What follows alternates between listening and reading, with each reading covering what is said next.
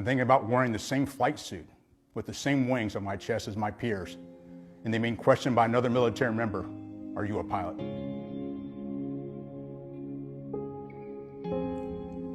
As the commander of Pacific Air Forces, a senior leader in our Air Force, and an African American, many of you may be wondering what I'm thinking about the current events surrounding the tragic death of George Floyd.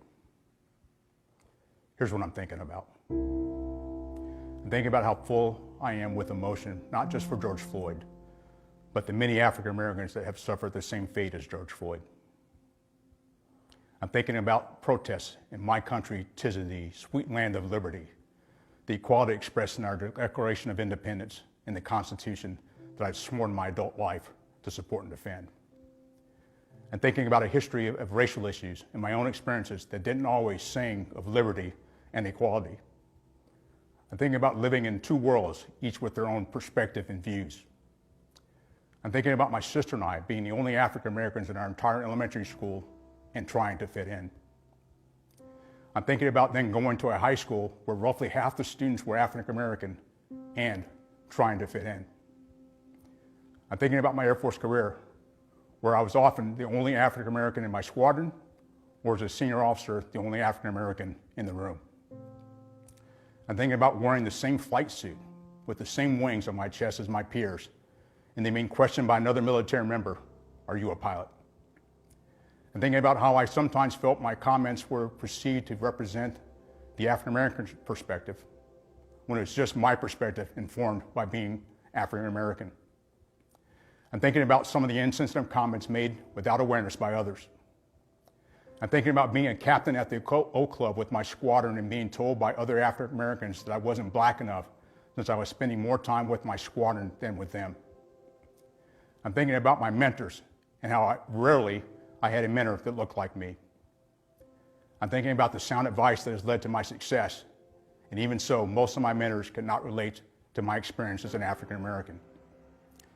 I'm thinking about the pressure I felt to perform error-free, especially for supervisors I perceived had expected less from me as an African American. I'm thinking about having to represent by working twice as hard to prove their expectations and perceptions of African Americans were invalid. I'm thinking about the airmen that have lived through similar experiences and feelings as mine, or who were either consciously or unconsciously unfairly treated. Conversely, I'm thinking about the airmen who don't have a life similar to mine and don't have to navigate through two worlds. I'm thinking about how these airmen view racism, whether they don't see it as a problem since it doesn't happen to them, or whether they're empathetic. I'm thinking about our two sons. Now we had to prepare them to live in two worlds. I'm thinking about the frank and emotional conversations my wife and I have had with them just this past week as we discussed the situations that have led to the protests around our country. Finally, I'm thinking about my historic nomination to be the first African American to serve as the Air Force Chief of Staff. I'm thinking about the African Americans that went before me to make this opportunity possible.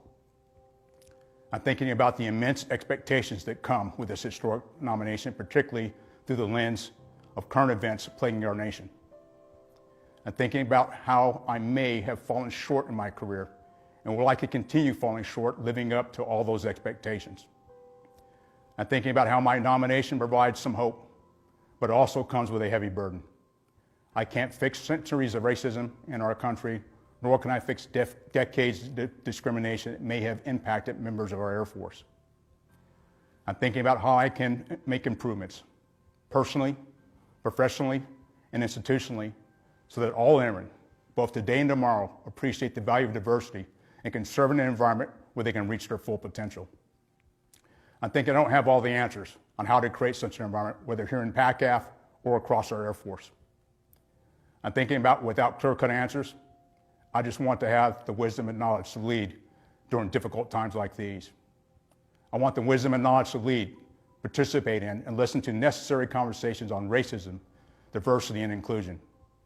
I want the wisdom and knowledge to lead those willing to take committed and sustained action to make our Air Force better. That's what I'm thinking about. I want to know what you're thinking about.